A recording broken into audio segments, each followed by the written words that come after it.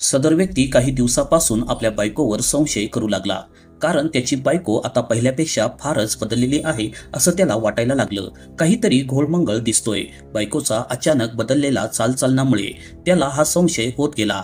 ती आता दिवसातून 3-3 वेळा कपडे चेंज करते, सारखं आरशासमोर पाहते, कित्येक वेळा मेकअप करते.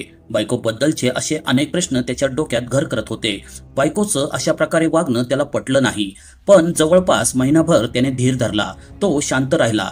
तो आता फक्त योग्य वेळ येण्याची आतुरतेने वाट पाहत होता आणि बायकोबद्दल त्याला जो संशय होता, अखेर तो खरा ठरला.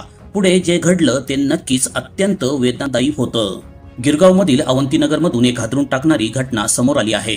संजय उर्फ पिंटू, वय 38, याने आपली पत्नी अस्मिता हिच्यावर काही दिवसापासून संशय घेणं सुरू केलं होतं, कारण तिचं वागणं अचानक पूर्णपणे बदललं होतं. ती दिवसातून 3 वेळा कपडे बदलायची, सारखी आरशासमोर उभी राहायची, सतत चेहऱ्याला मेकअप करत राहायची. संजयला हे सगळं अनोळखी वाटत होतं. काहीतरी गडबड आहे हे त्याला जाणवत होतं, पण कोणताही गोंधळ न करता तो जवळपास महिनाभर शांत राहिला. वाट पाहत होता योग्य वेळेची. संजय एका खासगी पाणीपुरवठा व्यवसायात होता. घर आणि व्यवसाय यामध्ये तो स्वतःला झुकून देत असे, पण बायकोचा अचानक बदललेला स्वभाव त्याला अस्वस्थ करत होता. त्याने आपल्या मनात निर्माण झालेला संशय मिटवण्यासाठी एक वेगळी योजना आखली. 24 जानेवारीच्या दिवशी संजय नेहमीप्रमाणे घरातून बाहेर गेला, पण बाहेर जाण्याआधी त्याने घरातील खोलीत एक छोटासा मायक्रो सीसीटीव्ही कॅमेरा लपवून ठेवला. बायको नक्की काय करते याचा थोडक्यात तपास घेण्यासाठी. संध्याकाळी तो घरी परतला आणि सर्वात आधी कॅमेरा फुटेज तपासू लागला. ज्याची भीती होती तेच घडलं. त्याच्या डोळ्यासमोर असं काही आलं की त्याचा विश्वासच बसला नाही. त्याच्या गैरहजेरीत दुपारी एक तरुण सरळ त्याच्या घरात आला होता आणि अस्मिता त्याच्यासोबत शरीर संबंधात गुंतली होती. हे दृश्य पाहून संजयचा राग अनावर झाला. त्याचं अर्धांगिनीवर, जिच्यासाठी तो दिवसरात्र मेहनत करत होता, तीच आपल्या पाठीमागे असं वागू शकते हे त्याला सहन झालं नाही. मनातला राग वरच्यावर उफाळून आला. रात्री 2च्या सुमारास संजयने त्या फुटेजचा व्हिडिओ अस्मिताच्या वडिलांना आणि भावाला पाठवला आणि त्याच रात्री गाढ झोपलेली अस्मिता संजयने दोरीच्या साह्याने तिची गळा आवळून हत्या केली.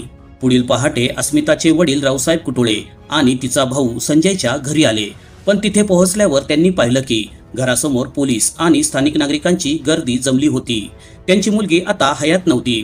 रावसाहेबांनी संजय विरोधात पोलीस स्टेशनमध्ये तक्रार दाखल केली. संजय मात्र घटनेनंतर घरातून फरार झाला होता, पण पोलिसांनी त्याचा माग काढत कांचनवाडी बसस्थानकावरून त्याला ताब्यात घेतलं.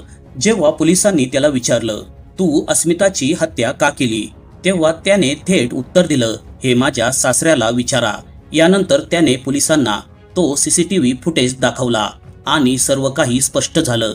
हे प्रेम संबंधातून घडलेलं प्रकरण होतं. ही घटना एकाच वेळी दुःखद, संतापजनक आणि विचार करायला लावणारी आहे. संशय, फसवणूक आणि राग यांच्या एका भीषण टप्प्यावर ही कहाणी इथेच संपली.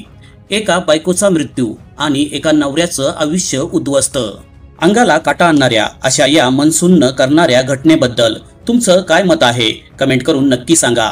आपल्या मराठी चॅनलवर नवीन असाल तर व्हिडिओला लाईक आणि चॅनलला सबस्क्राईब करायला अजिबात विसरू नका.